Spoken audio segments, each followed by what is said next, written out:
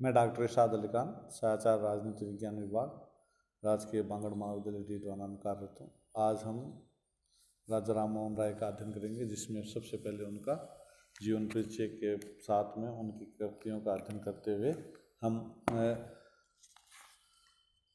राजनीतिक विचारों का अध्ययन करेंगे।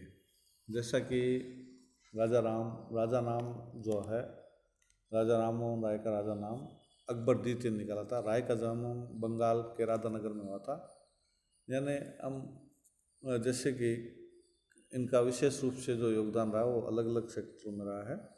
जैसे कृतियाँ जो थी उनमें हिंदू उत्तराधिकार कानून के अनुसार स्त्रियों के प्राचीन अधिकारों पर आधुनिक अतिक्रमण से संबंधित टिप्पणी 1922 ईस्वी में छपी।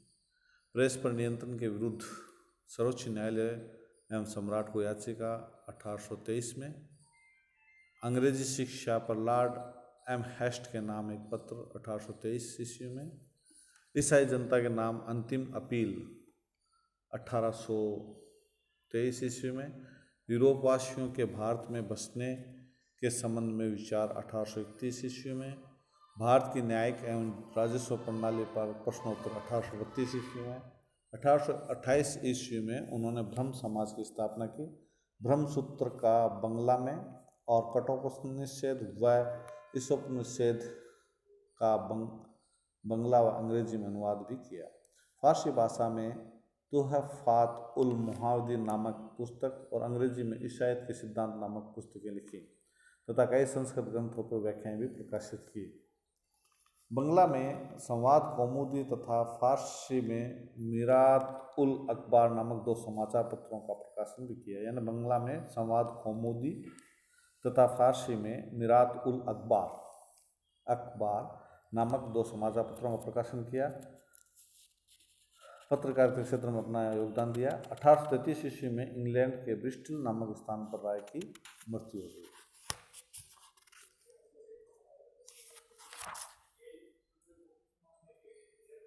राय के राजनीतिक विचारों को उदारवाद की श्रेणी में रखा जा सकता है।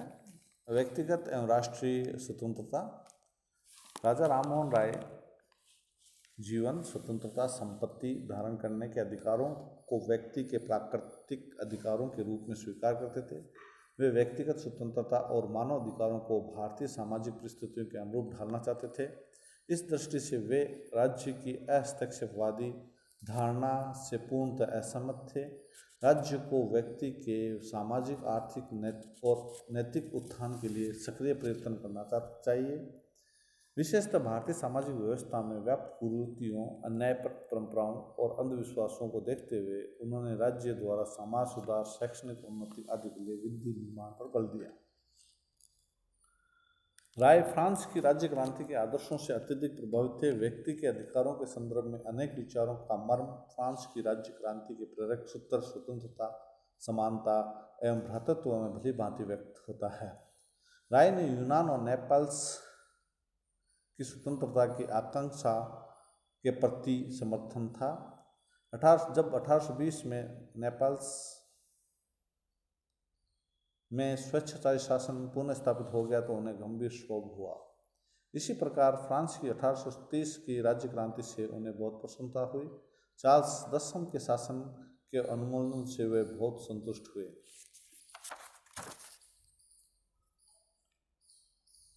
कलकत्ता जनरल नामक पत्रिका के संपादक J.S. बकिंघम को एक पत्र लिखकर उन्होंने विश्वास व्यक्त किया कि समय ऐसा आएगा जब यूरोपीय राज्य तथा एशियाई महाद्वीप के निवासी निश्चित रूप से स्वतंत्रता अर्जित कर लेंगे। राय ने भारत के लिए पूर्ण स्वराज्य की मांग प्रस्तुत नहीं की। उनका दृढ़ विश्वास था कि अंग्रेज जाति का संपर्क भारतीय जनता के लिए अहितकर नहीं था। राजनीतिक स्वतंत्रता, लोकतंत्र और न्याय के प्रति अंग्रेजों की निष्ठा में उनका गहरा विश्वास था। ब्रिटिश संस्कृति और चरित्र से अपने घनिष्ठ परिचय के आधार पर उन्होंने यह मान्यता बना ली कि अंग्रेजों के विदेशी शासक होते हुए भी ब्रिटिश सत्ता के अंतर्गत देशवासियों का उद्धार अधिक तीव्र गति और सुनिश्चित दिशा में होगा। अंग्रेजों के प्रति उनके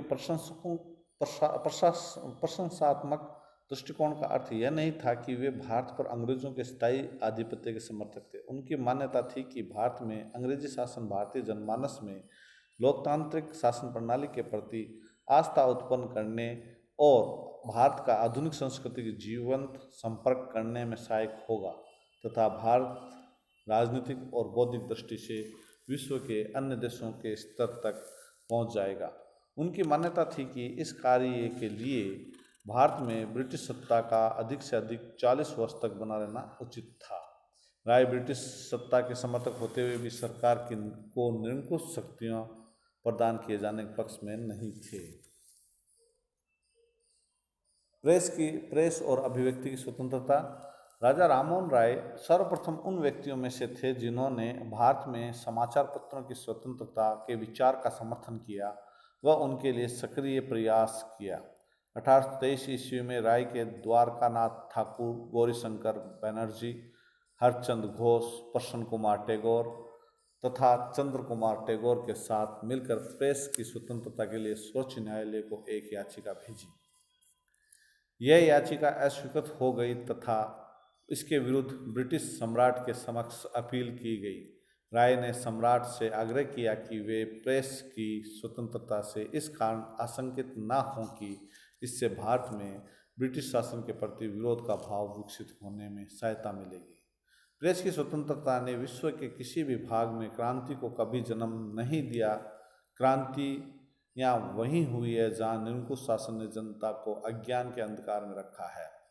भारत में प्रेस की स्वतंत्रता से जनता को शासन के विरुद्ध होने वाली शिकायतों को व्यक्त करने का अवसर मिलेगा और स्थानीय अधिकारियों के व्यवहार से उत्पन्न होने वाली शिकायतों को सर्वश्रेष्ठ सरकार के सम्मुख प्रस्तुत करके उनका निराकरण किया जा सकेगा। राय की मान्यता थी कि अभिव्यक्ति की स्वतंत्रता पर लगाए गए अंकुश जनता तथा शासन दोनों के लिए ही घातक सिद्ध होते हैं।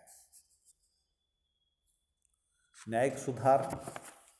न्यायिक सुधार में जैसा कि न्यायिक व्यवस्था को भारत की जनता की आवश्यकताओं के अनुरूप ढालने के लिए राय ने यह उचित माना कि विधि संहिता का निर्माण भारतीय सामाजिक और आर्थिक संदर्भों को ध्यान में रखकर किया जाए। जब 1833 में ब्रिटिश संसद चार्टर अधिनियम पर विचार कर रही थी तब वे हाउस ऑफ कॉमन्स के परवर समिति के सामने उपस्थित हुए तथा भारत में न्यायिक व्यवस्था में सुधार की आवश्यकताओं को प्रतिपादित किया। भारत में न्यायिक सुधारों के प्रति उनके दृष्टिकोण के दो महत्वपूर्ण पक्ष थे। वे न्यायालयों में जूरी प्रणाली आरंभ किए जाने के पक्ष में थे। उनका मत था कि भारत में न्याय की पंचायत प्रणाली जूरी प्रथा से समानता रखती थी। उनका सुझाव था कि सेवानिवृत्त न्यायाधीशों और उन अपने कार्यों से प्राप्त कर चुके वकीलों व समाज के अन्य प्रतिष्ठित व्यक्तियों की जूरी का सदस्य बनाया जा सकता है। 1827 ईस्वी में जूरी अधिनियम पारित किया गया। इस अधिनियम ने जूरी प्रथा को तो लागू किया किंतु इससे न्यायिक क्षेत्र में भी वे जातिगत आधार पर भेदभाव उत्पन्न कर दिया गया। यह व्यवस्था की गई कि जब किसी ईसाई पर मुकदमा चलाया जा रहा हो तो हिंदू और मुसलमान जूरी में नहीं बैठ सकते थे। राजा राममोहन राय इस प्रावधान से बहुत क्षुब्ध हुए। उन्होंने इस प्रावधान के विरुद्ध ब्रिटिश पार्लियामेंट में प्रस्तुत किए जाने के लिए एक याचिका तैयार करवाने में सक्रिय योगदान दिया तथा साथ ही क्रॉफर्ड को एक पत्र लिखकर इस प्रावधान के विरुद्ध गंभीर रोष व्यक्त किया, जिससे न्याय के क्षेत्र में हिंदुओं, मुसलमानों और ईसाइयों के मध्य भेद किया जाना किसी प्रकार की सिद्धांत सम्मत उचित नहीं था। राय के अनुसार भारत में जनता को न्याय की प्राप्ति के मार्ग में यह एक प्रमुख बाधा थी कि न्यायिक अधिकारियों जनता के मध्य सुविधापूर्वक संवाद करने के लिए कोई एक भाषा नहीं थी। वे जनता द्वारा न्याय प्राप्त करने की दृष्टि से इसे उचित मानते थे कि न्यायिक कार्य ऐसी भाषा में किया जाए जिससे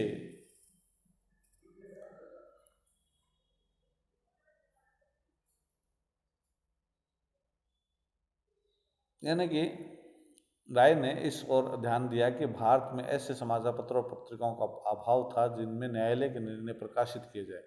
इस कारण जनता तथा वकील विशिष्ट प्रश्नों पर न्यायालय द्वारा पहले व्यक्त किए गए दृष्टिकोण से अपरिचित रहते थे और वे न्यायिक निर्णयों के लाभों को भविष्य में होने वाले मुकदमों में उठा पाने में पूरी तरह समर्थ नहीं हो पाते थे।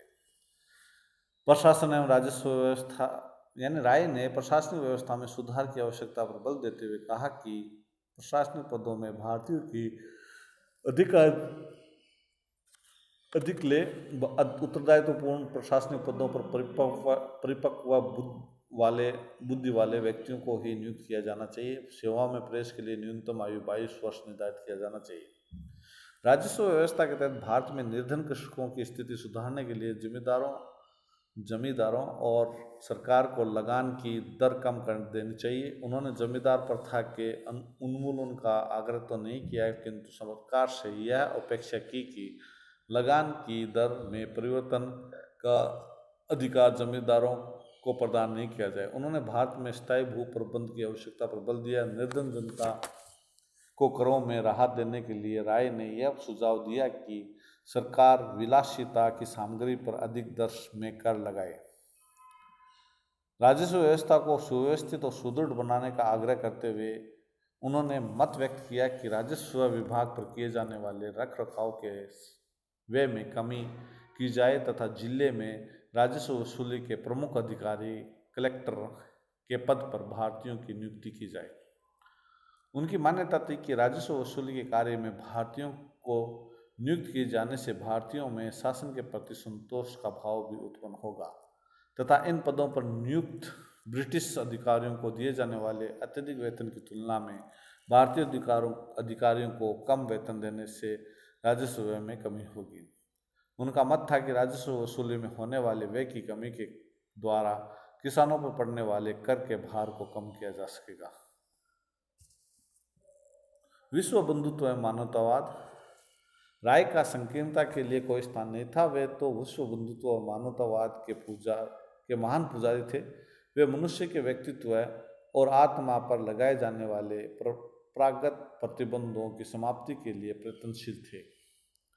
उन्होंने ईश्वर के नैतिक व्यक्तित्व की धारणा के आधार पर मानव मात्र के प्रति प्रेम के नैतिक आदर्श की स्थापना की। वे सहिष्णु प्रेम, सहानुभूति और बुद्धि पर आधारित समाज के निर्माण के पक्षधर थे। वे मानव जाति को एक ही परिवार मानते थे तथा विभिन्न राष्ट्रों, जातियों और संप्रदायों को उनकी विभिन्न शाखाएं मानते थे। वे भारतीय जनता की उन्नति के घोर समर्थक थे, किंतु वे सच्चे अर्थ में अंतर्राष्ट्रवादी भी थे। वे धर्म की शक्ति का उपयोग मनुष्य मात्र के प्रति प्रेम और भाईचारे की भावना के संचार के लिए करना चाहते थे। इसलिए उन्होंने धर्म के ऐसे पक्षों की आलोचना की जो संकीर्णता, कटुता अथवा विद्वेष उत्पन्न करते थे। राय ने विभिन्न धर्मों में ईश्वर की एकता के प्रति आस्था को मानव जाति की एकता, शांति और समृद्धि के रूप में रूपांतरित करने का आग्रह किया। विपिन चंद्र पाल ने राय के चिंतक के समन्वयवादी और उदार पक्षों की प्रशंसा करते हुए कहा है कि समष्टि व व्यक्ति, ईश्वर व मनुष्य, मानवता व राष्ट्रीयता, समुदायवाद व व्यक्तिवाद के मध्य अनिवार्य तारतम्य राजा राममोहन राय के चिंतन का केंद्रीय तत्व रहा है। धन्यवाद। आज इतना ही।